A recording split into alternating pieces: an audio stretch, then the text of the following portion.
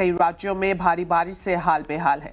पहाड़ों पर जमीन खिसकने से आफत आई है तो वहीं मैदानी इलाकों में नदियां अपना रौद्र रूप दिखा रही हैं। हालात ऐसे बन गए हैं कि गांव के गांव टापू बने नजर आ रहे हैं।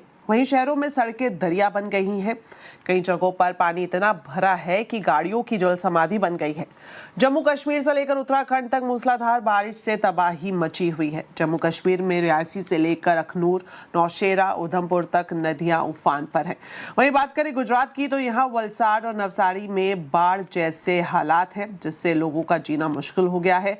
इसके साथ ही असम में बाढ़ और बारिश से 50 से ज्यादा लोगों की मौत हो गई है, जिसके बाद अभी ये भी जानकारी मिल रही है कि 100 से ज्यादा लोग असम में लापता है बारिश की वजह से। वहीं जम्मू कश्मीर के रियासी से लेकर अखनूर, नौशेरा और उधमपुर तक बारिश का कहर देखने को मिल रहा है। रियासी में उफनती अंस नदी के तेज बहाव में नदी किनारे बना एक मकान देखते ही देखते ताश के पत्तों की तरह ढहकर बह गया। भारी बारिश के बीच नदी का जलस्तर बढ़ने से एक सड़क भी सैलाब में बह गई, जबकि अन्य सड़कें 2 हिस्सों में टूट गई।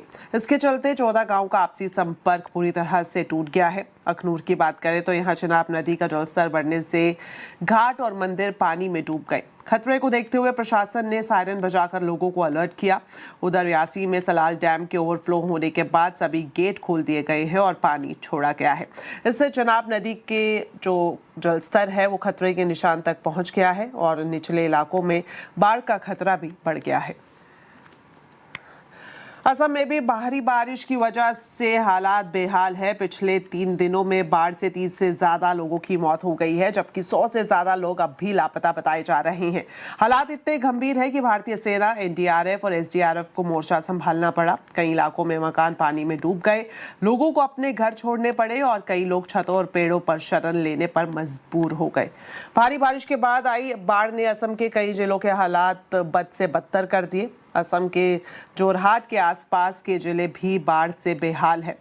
वहां भी जहां तक नजर गई सिर्फ पानी ही पानी नजर आ रहा है।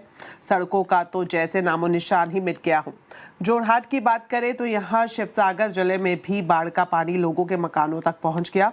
लोगों के मकान डूब गए। मकान के सामने खड़ी गाड़ियां भी पूरी तरह से पानी की चपेट में आ गई। एक जगह पर कुछ लोग कमर तक भरे पानी से गुजरते हुए भी दिखाई दिए। असम में बाढ़ के बीच लोगों को सुरक्षित निकालने के लिए बड़े पैमाने पर रेस्क्यू ऑपरेशन जारी है। एक वीडियो में एक व्यक्ति छोटे बच्चे को गोद में लेकर तेज बहाव के बीच रस्सी के सहारे धीरे धीरे आगे बढ़ता हुआ दिखाई दे रहा है। सुरक्षित जगह पहुंचने के लिए जान जोखिम में डालने के अलावा उनके पास कोई और रास्ता नहीं था। बाढ़ के पानी में कई गाय भैंस भी फंसी मिली, जिन्हें बाद में रेस्क्यू करके सुरक्षित बचा लिया गया।